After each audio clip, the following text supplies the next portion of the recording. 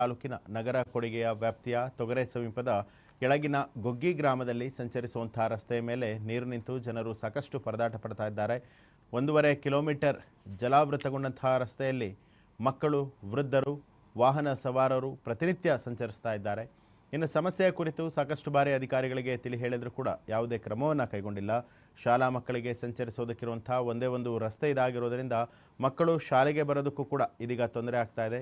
ಸೇತುವೆ ನಿರ್ಮಾಣಕ್ಕಾಗಿ ಅಧಿಕಾರಿಗಳಿಗೆ ಮನವಿಯನ್ನು ಮಾಡಿದ್ರೂ ಕೂಡ ಯಾವುದೇ ಪ್ರಯೋಜನ ಆಗಿಲ್ಲ. ಈ ಬಗ್ಗೆ ಸಾರ್ವಜನಿಕರು ಆಕ್ರೋಶವನ್ನು ವ್ಯಕ್ತಪಡಿಸ್ತಾ ಇರೋಂಥದ್ದು. ಇನ್ನಾದರೂ ಸ್ಥಳೀಯ ಜನಪ್ರತಿನಿಧಿಗಳು ಎಚ್ಚೆತ್ತುಕೊಳ್ತಾರಾ ಅನ್ನೋದನ್ನು ಕಾದು ನೋಡಬೇಕು.